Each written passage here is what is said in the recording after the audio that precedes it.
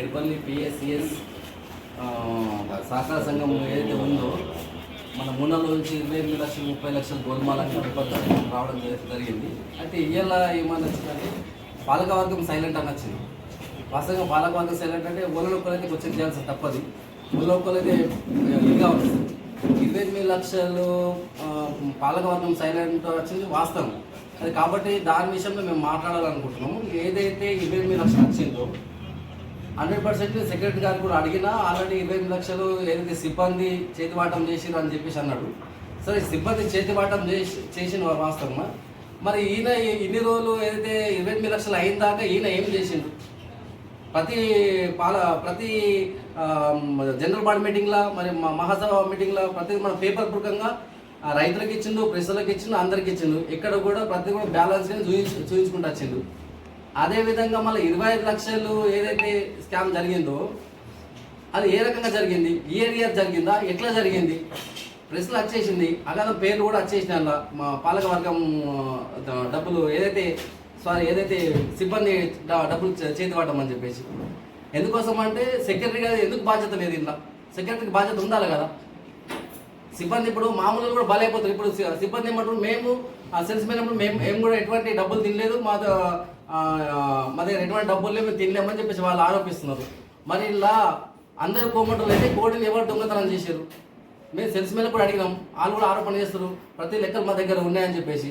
అదే ఏదైతే మహాజన సభ ఉందో మహాజన సభ ఏదైతే రైతు ఉందో రైతులందరూ కూర్చోబెట్టి మీ లెక్కల మీద క్లియర్ అయ్యేది అసలు ఏం జరుగుతుంది.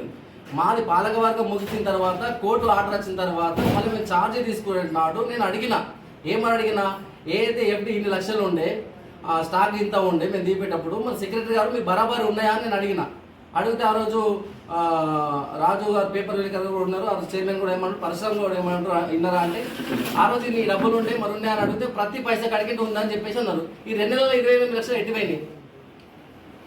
ఈ 2 నెలల 28 లక్షలు ఎట్టిపోయినాయి? మీ డిమాండ్ ఏంది? కాబట్టి దీని మీద సరైన ఎంక్వైరీ జరగాలి.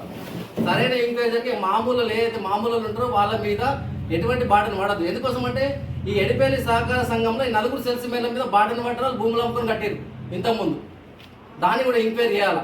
ఏందని శంకర్ రెడ్డి అని ఎడిపల్లి సెల్స్మెన్, మళ్ళా ఇది ఏదైతే సురేష్ బాబు, భరత్, సాయిలు వీళ్ళంతా బాధితులే. వాళ్ళు కూడా ఎందుకు ఇలా మోసపోవాల్సి వచ్చింది? మరి సెక్రటరీ గారు తెలివిగా మోసం చేస్తున్నాడా?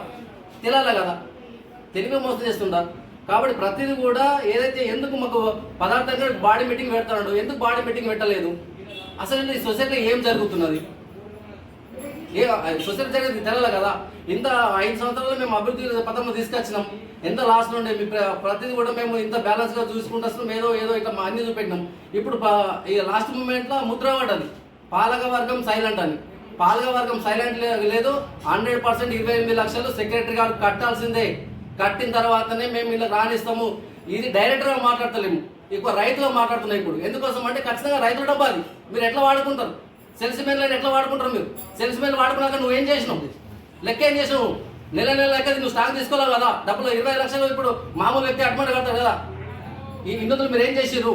కాబట్టి ప్రతి సెల్స్ మెన్ల సెక్రటరీ మాకు 28 లక్షలు సహకార సంఘానికి మీరు జమ చేయండి. ఎందుకోసం అంటే ఎవరైతే క్లియర్ ఉన్నారో ఎవరైతే ఇప్పుడు ప్రభాకర్ సెల్స్మెన్ 28 లక్షలు అంటున్నాడు, 25 లక్షలు అని చెప్తున్నాడు. అందులో సెక్రటరీ 100% బాధ్యత ఉంది. ఏం చేసినావు నువ్వు? ఖచ్చితంగా ఎందుకు చెప్పలే? మాకు పాలవర్గం చెప్పాలి కదా. ఎందుకు సింగల్ సంతకాలు తీసుకున్నాడు? అయినా బాడీ మీటింగ్లో సంతకాలు తీసుకునే కావు.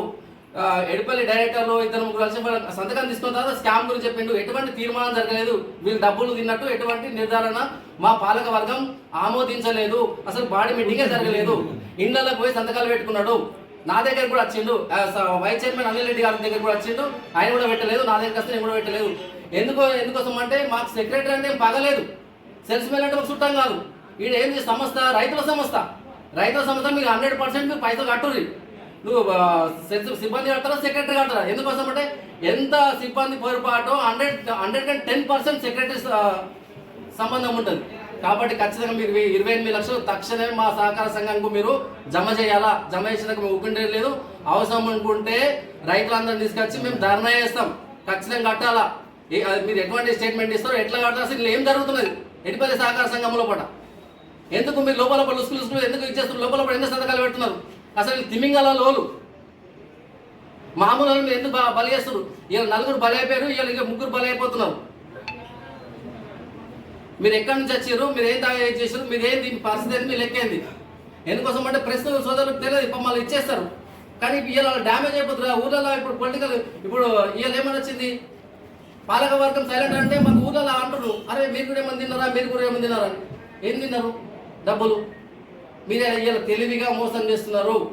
సిబ్బందిని కూడా సెల్స్ మిల్లను కూడా తెలివిగా మోసం చేస్తున్నారు. కాబట్టి 110% మీరు 28 లక్షలు ఎప్పుడు కడతారో కట్టుండ్రి. కట్టిన తర్వాతనే మీరు కుర్చీలకు రండి.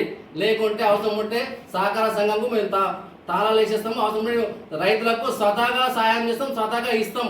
అవసరం ఉంటే కౌంటర్ షాప్ డైరెక్ట్ ఉంటే మేము డైరెక్ట్గా ఇచ్చేస్తాం. డీసీఓ గారికి కానీ కలెక్టర్ గారికి కానీ ఇదే కాంప్లైంట్గా తీసుకోరు. మీరు దీన్నే కాంప్లైంట్గా తీసుకోరు. స్పెషల్ అధికారి నియమించుర్రి. ప్రతి ఒక్కరిని ఆడిట్ చేయండి.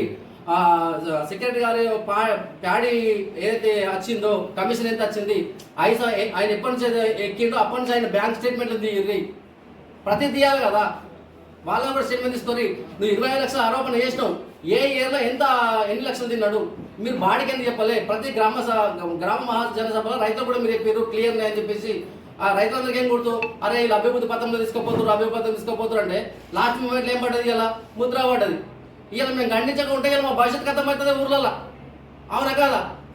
ఇప్పుడు మా ఎంగేజ్ ఉంది, ఊర్లలో భవిష్యత్ కథం అవుతారా? ఇలా సూసైడ్ డైరెక్ట్ చేసి ఇట్లా అయిందని చెప్పేసి 100% ఏదైతే ఉందో ఖచ్చితంగా మేము సహకార సంఘానికి రానియము. మీ 28 లక్షలు కట్టుని ఖచ్చితంగా మేము లోపలికి రాణిస్తాం.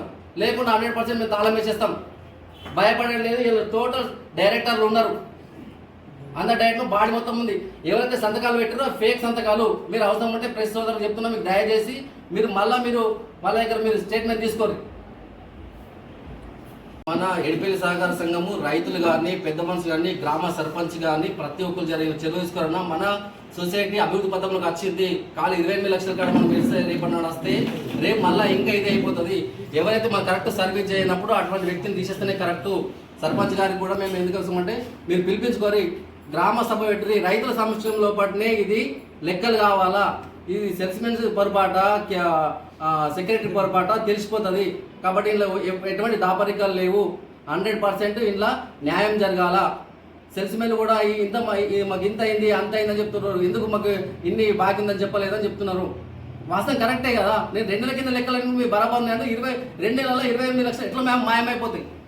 మాయం కావద్దు కదా ఇది. కాబట్టి ఇది అంతర్గతంగా జరిగింది, 100% జరిగింది. కానీ పైసలు మాత్రం మాకు జమ అయ్యాల్సిందే. మరొకసారి బల్లబుద్ధి చెప్తున్నాము. పైసలు రైతుల పైసా ప్రతి ఒక్క పార్టీ కమిషన్ వచ్చింది. ఎందుకోసం అంటే ఆ పైసలు ఉంటేనే మేము యూరియా తీసుకొస్తాం, బిస్బి తీసుకొస్తాం. రైతులు లేకుంటే వేరే ఊళ్ళకు వస్తుంది. రైతులు మీరు క్వశ్చన్ చేయరు, ఎక్కడ దగ్గర అడుగుర్రి, సెక్రటరీ గారికి అడుగుర్రి, అందరికి అడుగుర్రి. కాబట్టి మన పైసలు మనం జమ చేసుకోవాలా.